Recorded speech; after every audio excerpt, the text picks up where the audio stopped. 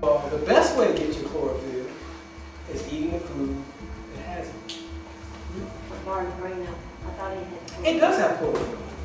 But the liquid chlorophyll is just as good as the barley.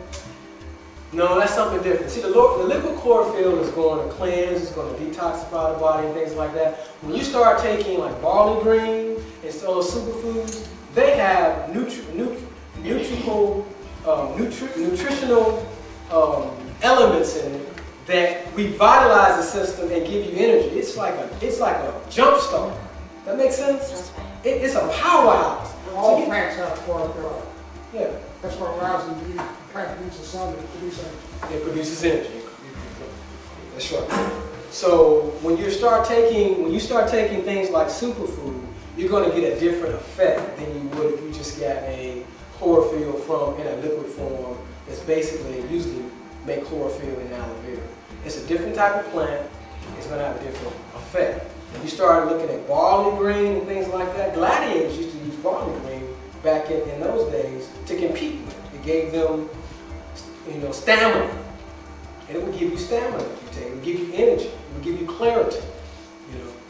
So here's the colon. All right. And you see you have transverse colon, descending colon, ascending colon.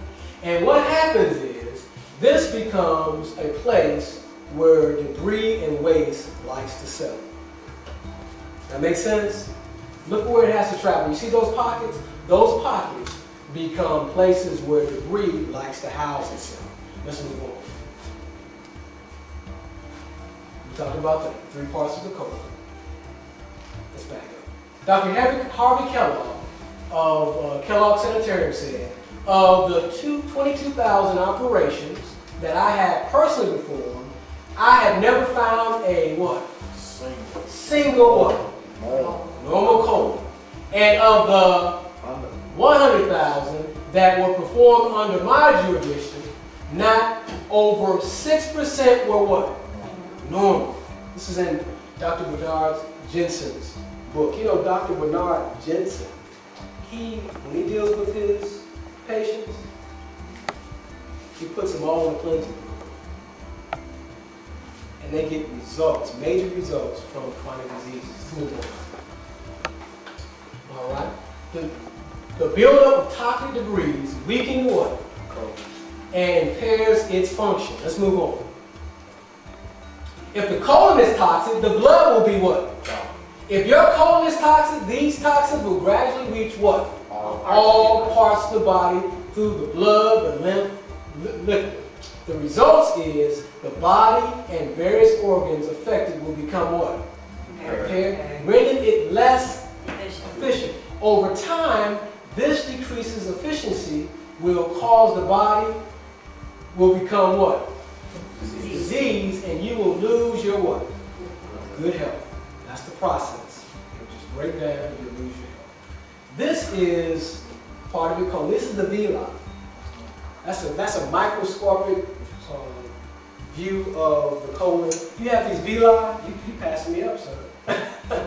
Villi, they absorb that nutrients. Can you imagine carpet? You take some mayonnaise and you put it on there. You take some peanut butter and you spread it on there. And then you take some syrup and spread it on there, and some honey and some butter and you smear it on there. Can you imagine your intestines and those villi that's trying to, give me the nutrients. Give me the nutrients. And all that gook is just, that's what the majority of our colons are. It's covered with all of that debris.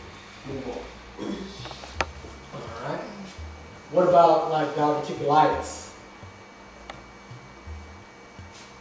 Bowels not moving well, straining while you're using the bathroom, producing balloons. What happens when you take those balloons and go like this? That same thing happens with your intestines. Did you know that? That infection that comes into that diverticular is from what's inside of the colon. The colon is not clean, it's not healthy. Let's move on. Indigestion and constipation are starting causes of diseases in our civilization. Let's move on. Let's talk about transit time. All right. Any transit time longer than what? 24 hours. Is constipation. All right. Let's get down to the nitty and gritty now. Any transit time longer than what? 24 hours is what? Constipation. Let's move to the next slide. The average American's transit time is how long? 3 days. 72 hours. That's a long time. Can I talk real with you? That's why it smells so bad when it comes out. It's been there so long, it's rotten. What if you leave all food on the table for 72 hours? Or beans in a pot for 72 hours? How would it smell? It would smell bad. And your body is warm and all that stuff is just sitting there for 72 hours. This is the average American's transit time. Next slide. Australia is what? 41. They're almost like us. They have some of the same, the McDonald's, and burgers, they're different types of food, but pretty much they eat almost similar to what we do. But yet their transit time is what? 31 hours. All right, next. Africa. How long? 36. All right, next. Notice transit time is directly related to the percentage of what? Chronic diseases in the country. Who has the worst chronic diseases? U.S. U.S. Because we have the worst transit time based on what we eat. Now let's look at this. Let's look at this real seriously. All right. Most people eat how many times a day? 3 times a day. So let's say Sunday. You eat 3 meals. All right. And then only 1 comes out. 1 bowel. How many meals are still in there? 2. Next day, you eat 3 meals. 1 comes out. How many is still in there? 4. Now, day number 3, you eat 3 meals. 1 comes out. How many in there now? 6. All right, day number 5. You eat 3 good, filling meals. You go to the restroom. Once. How much waste is in there? 10. How many? 8. I hear 10, I did 10, 1 once, 1 twice. What day are we on? 5. 10. Now, we're on day number 6. You eat 3 meals.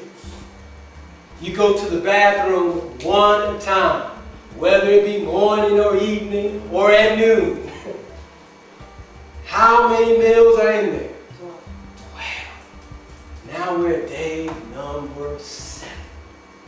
You eat 3 meals, and matter of fact, you know, it's the weekend, so you really just gonna let your head down and eat real good, and you eat 3 heaping meals, and only 1 comes out. How many meals do we have in there? 14 meals. Now, listen, you and I just analyzed